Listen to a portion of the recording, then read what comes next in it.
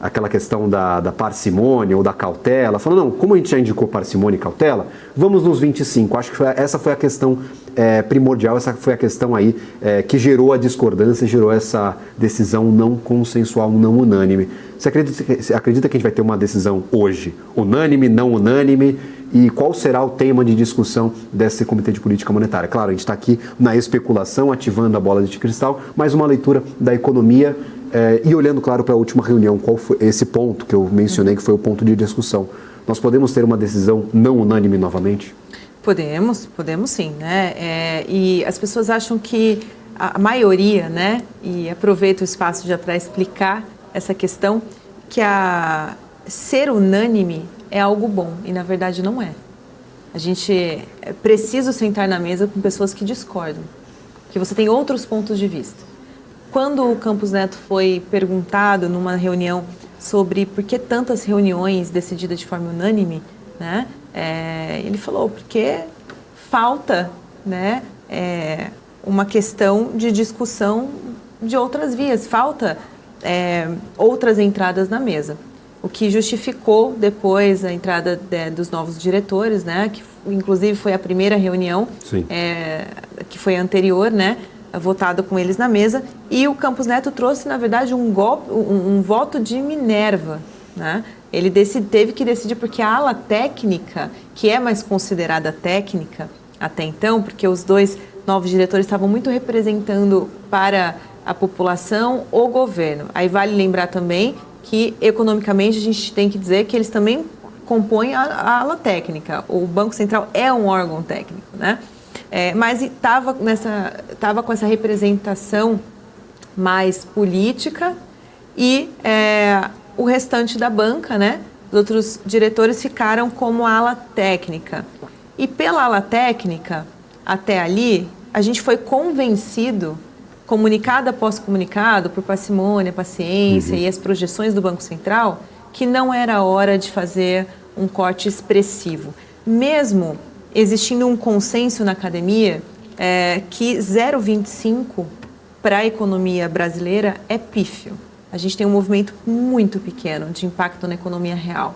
Não é comum que o Banco Central faça esses movimentos, a não ser quando ele está num fim de ciclo de cortes ou apenas um ajuste por precaução, realmente sendo um pouco mais cauteloso. Agora, iniciar um corte ou iniciar um aumento de juros no Brasil com 0,25, você está indo numa lentidão, você mostra que você ainda está preocupado com as questões que vêm pela frente. Você não está muito certo do que você está fazendo. Se nem a autoridade monetária está botando fé neste corte, começando com 25, quem é o mercado para apostar numa estabilidade da economia brasileira? Acho que essa é a mensagem, né? Então, obviamente que como economista, a gente tem que assinar a análise técnica. Pela análise técnica seria 0,25. Né? Foi uma surpresa para nós vir com o voto de Minerva 0,50. Agora, para frente, hoje, o que será que pode vir? Será que vai vir a unanimidade? Acredito que sim, porque já foi verbal no último comunicado. Perfeito. Tá? Então, talvez hoje...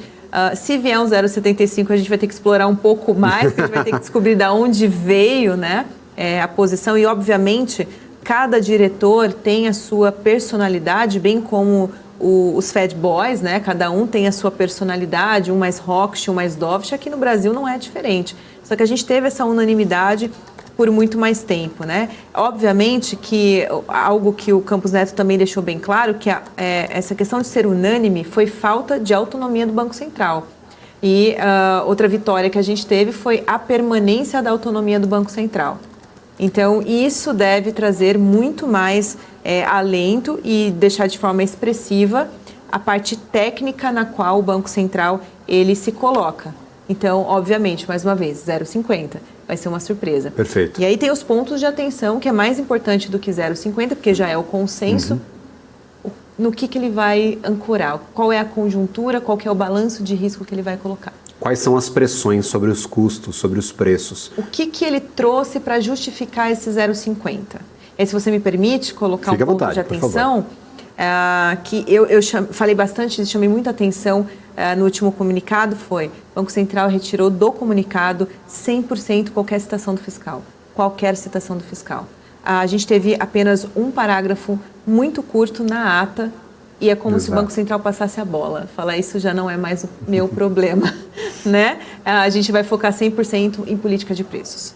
A gente vai olhar 100% para preço. Política de preço não, perdão, errei o termo. Vai olhar 100% para preços. Que é inflação em si. Exatamente. Que é o mandato do Banco Central. Que é o mandato do Banco enquanto, Central. Né? Então, ele destrinchou bastante. Até eu acredito, na minha visão, né, a questão do cenário externo, ele pontuou bem pouco. Eu senti um pouco de falta ali de contextualizar um pouco mais do que ele estava vendo para o cenário externo.